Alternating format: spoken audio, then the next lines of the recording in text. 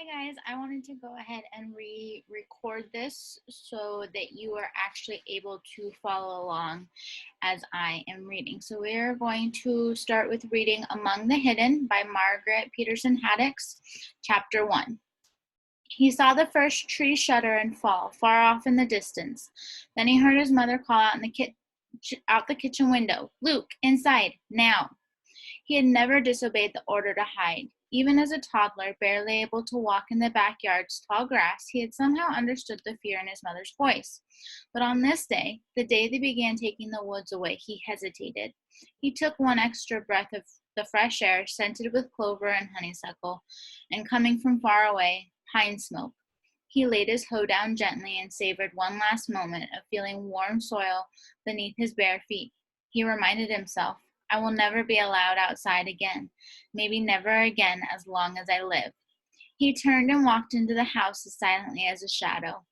"Why?" he asked at the supper table that night. It wasn't a common question in the Garner house. There were plenty of hows. How much rain the backfield get? How's the planting going? Even what'd Matthew do with the 5/16 wrench? What's Dad gonna do about that busted tire? But why wasn't considered much worth asking. Luke asked again, "Why'd you have to sell the woods?" Luke's dad harumphed and paused in the midst of shoveling forkfuls of boiled potatoes into his mouth. "Told you before, we didn't have a choice. Government wanted it. You can't tell the government no." Mother came over and gave Luke's shoulder a reassuring squeeze before turning back to the stove. They had defied the government once with Luke. That had taken all the defiance they had in them, maybe more. "We wouldn't have sold the woods if we hadn't had to," she said, ladling out thick tomatoey soup. "The government didn't ask us if we wanted houses there." She pursed her lips as she slid the bowls of soup onto the table. "But the government's not going to live in the houses," Luke protested. At 12, he knew better, but sometimes still pictured the government as a very big, mean, fat person, 2 or 3 times as tall as an ordinary man, who went around yelling at people, "Not allowed," and "Stop that." It was because of the way his parents and older brothers talked. "Government won't let us plant corn there again. Government's keeping the prices down. Government's not going to like this crop." "Probably some of the people who live in those houses will be government workers," Mother said. "It'll all be city people."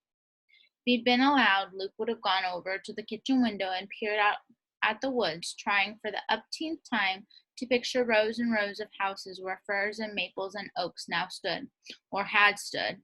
Luke knew from a sneak peek right before supper that half the trees were now toppled.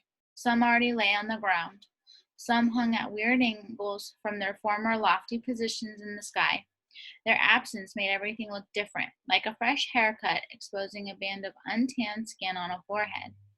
Even from deep inside the kitchen, Luke could tell the trees were missing because everything was brighter, more open, scarier. "And then when those people move in, I have to stay away from the windows?" Luke asked, though he knew the answer. The question made Dad explode. He slammed his hand down on the table. "Then you got to stay away now. Everybody and his brother's going to be tramping around back there to see what's going on. They see you." He waved his fork violently. Luke wasn't sure what the gesture meant, but he knew it wasn't good. No one had ever told him exactly what would happen if anyone saw him. Death? Death was what happened to the runt pigs who got stepped on by their stronger brothers and sisters. Death was a fly that stopped buzzing when the slaughter hit it. He had a hard time thinking about himself in connection with the smashed fly or the dead pig gone stiff in the sun. It made his stomach feel funny even trying. "I don't think it's fair we gotta do Luke's chores now," Luke's older brother Mark grumbled. "Can't he go outside some? Maybe at night?" Luke waited hopefully for the answer, but Dad just said no, without looking up. "It's not fair," Mark said again. Mark was the second son, the lucky son. Luke thought when he was feeling sorry for himself. Mark was 2 years older than Luke and barely a year younger than Matthew. The oldest, Matthew and Mark, were easily recognizable as brothers, with their dark hair and chiseled faces. Luke was fairer, smaller boned, softer looking. He often wondered if he'd ever look tougher like them. Somehow he didn't think so. "Luke don't do nothing nohow," Matthew jeered. "We won't miss his work at all." Not my fault, Luke protested. I'd help more if Mother laid his hands on her. Mother laid her hands on his shoulders again. Hush, all of you, she said. Luke will do what he can. He always has. The sound of tires on their gravel driveway came through the open window. Now who? Dad started. Luke knew the rest of the sentence. Who could that be? Why were they bothering him now? His first chance all day to sit down. It was a question Luke always heard the end of from the other side of a door. Today, skittish because of the woods coming down, he scrambled up faster than usual, dashing for the door to the back stairs. He knew without watching that Mother would take his plate from the table, hide it in a cupboard, would slide his chair back into the corner so it looked like an unneeded spare.